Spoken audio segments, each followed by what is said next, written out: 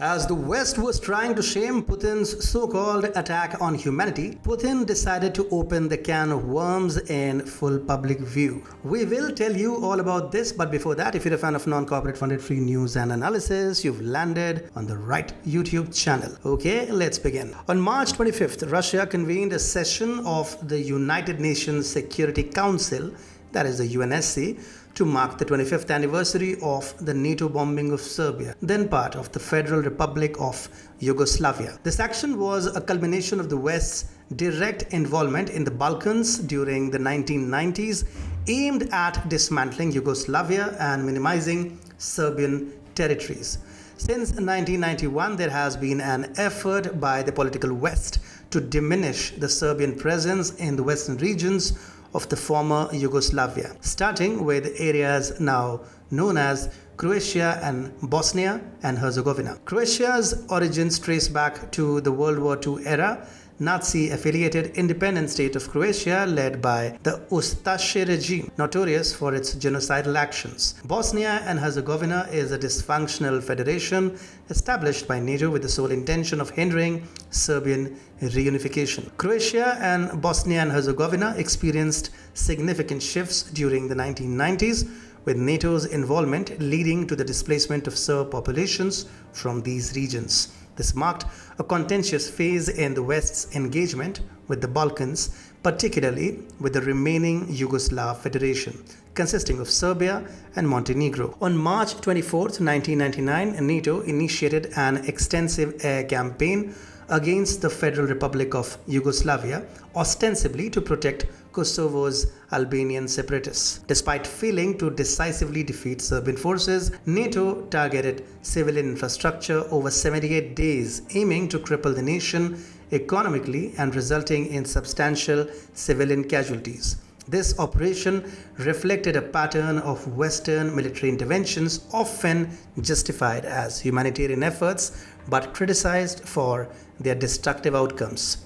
Recent discussions at the UNSC about these events have sparked controversy. A session intended to review the 1999 NATO bombing of Serbia faced opposition from key NATO members within the UNSC, notably the United States, the United Kingdom, and France, leading to a blockage of the discourse. The stance was opposed by Russia, supported by China and Algeria, highlighting ongoing divisions over the interpretation and legacy of NATO's actions in Yugoslavia. The Serbian and Russian representatives expressed a disappointment and frustration over the inability to discuss what they consider pivotal moments of aggression. The initiative led by Russia to discuss the 25th anniversary of NATO's bombing of Yugoslavia at the United Nations Security Council faced criticism from Western nations who deemed it unnecessary. France's permanent representative to the UNSC, Nicolas de Rivière, was particularly vocal, arguing that revisiting this topic would not advance progress, reflecting an attempt to sidestep NATO's responsibility in orchestrating the conflict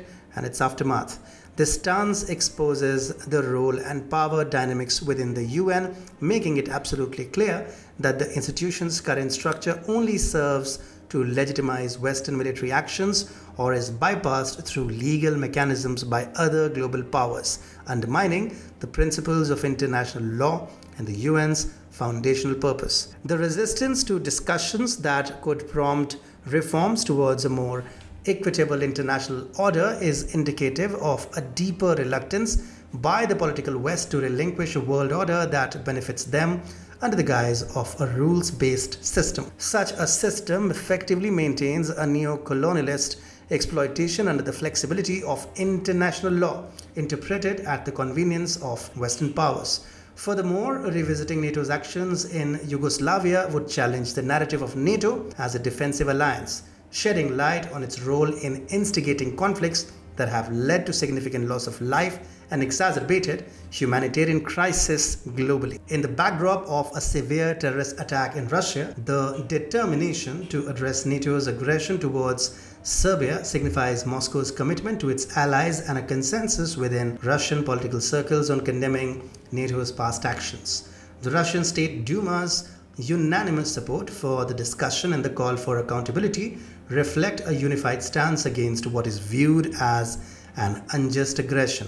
supported by independent media investigations into the motives and consequences of the conflict. This narrative not only challenges the Western-led discourse on humanitarian intervention, but also calls for a critical re-evaluation of international relations and accountability mechanisms within the global community. Meanwhile, Serbian President Aleksandar Vučić has dropped a cryptic bomb, leaving people openly wondering what it might mean for Serbia and for the world.